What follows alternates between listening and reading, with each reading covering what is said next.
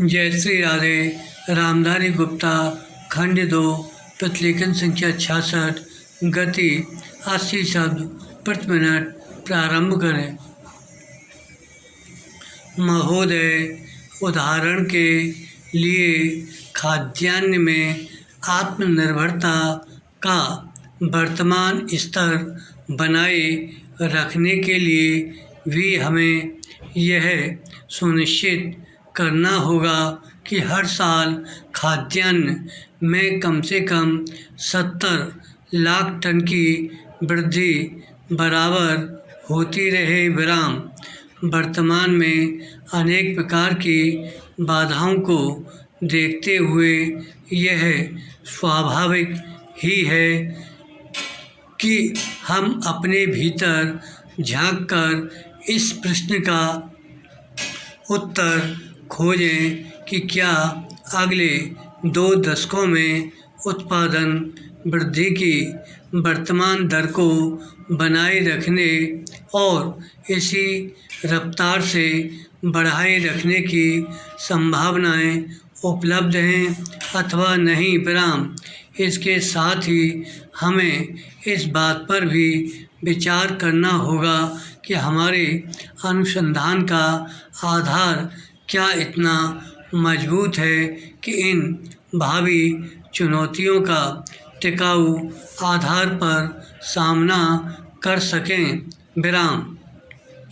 भारत सरकार की नई कृषि नीति को देखें तो उसमें यह लक्ष्य रखा गया है कि ग्रामीण भारत में खाद्य और पोषण सुरक्षा बराबर बनी रहे, आमदनी बढ़ाने और रोजगार के अवसर बढ़ते रहें।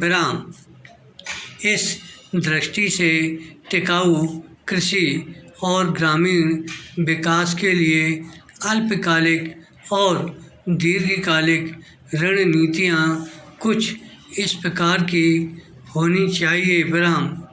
खाद्य उत्पादन में पौध प्रारूप को सुधार कर विकसित की गई गेहूं और धान की अधिक उपजशील किस्मों और मक्का, ज्वार तथा बाजरा में संकर ओज का उपयोग करके ही विशाल प्रगति की गई।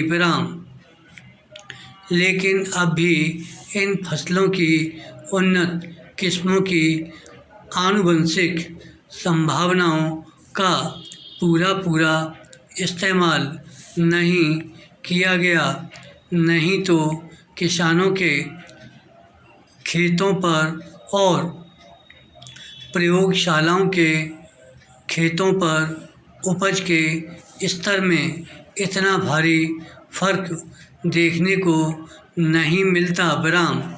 उदाहरण के लिए मध्यम अवधि वाले बोने धान की किस्में 6 टन प्रति हेक्टेयर तक पैदावार दे सकते हैं, जबकि सिंचित क्षेत्रों में इन किस्मों की औसत उपज 3 टन प्रति हेक्टेयर भी नहीं है।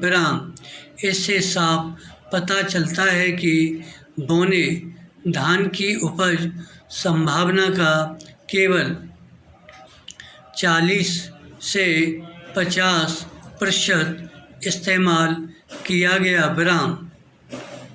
यही बात गेहूं, ज्वार और बाजरा पर भी लागू होती है।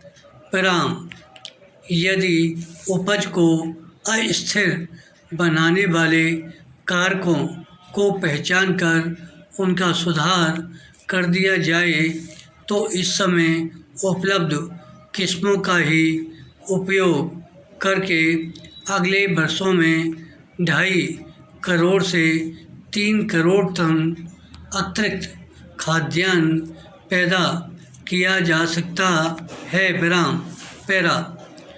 जहाँ तक बाधाओं की बात है, जैविक और अजैविक दबाव 30 से 35 प्रतिशत तक उपज तबाह कर देते हैं।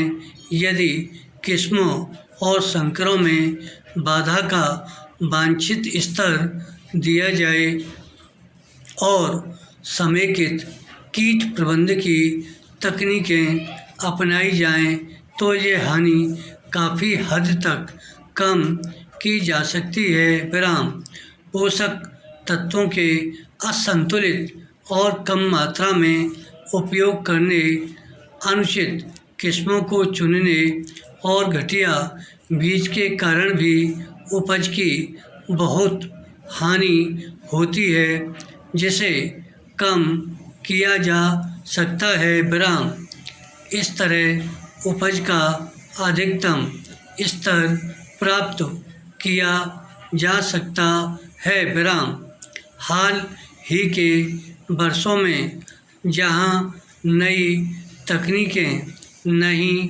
पहुंची हैं, वहां उनका प्रसार करके आशातीत सफलताएं मिली हैं। विराम उदाहरण के लिए पूर्वी राज्यों में बोरो यानी बसंत के मौसम में धान के क्षेत्र में विस्तार हुआ है। विराम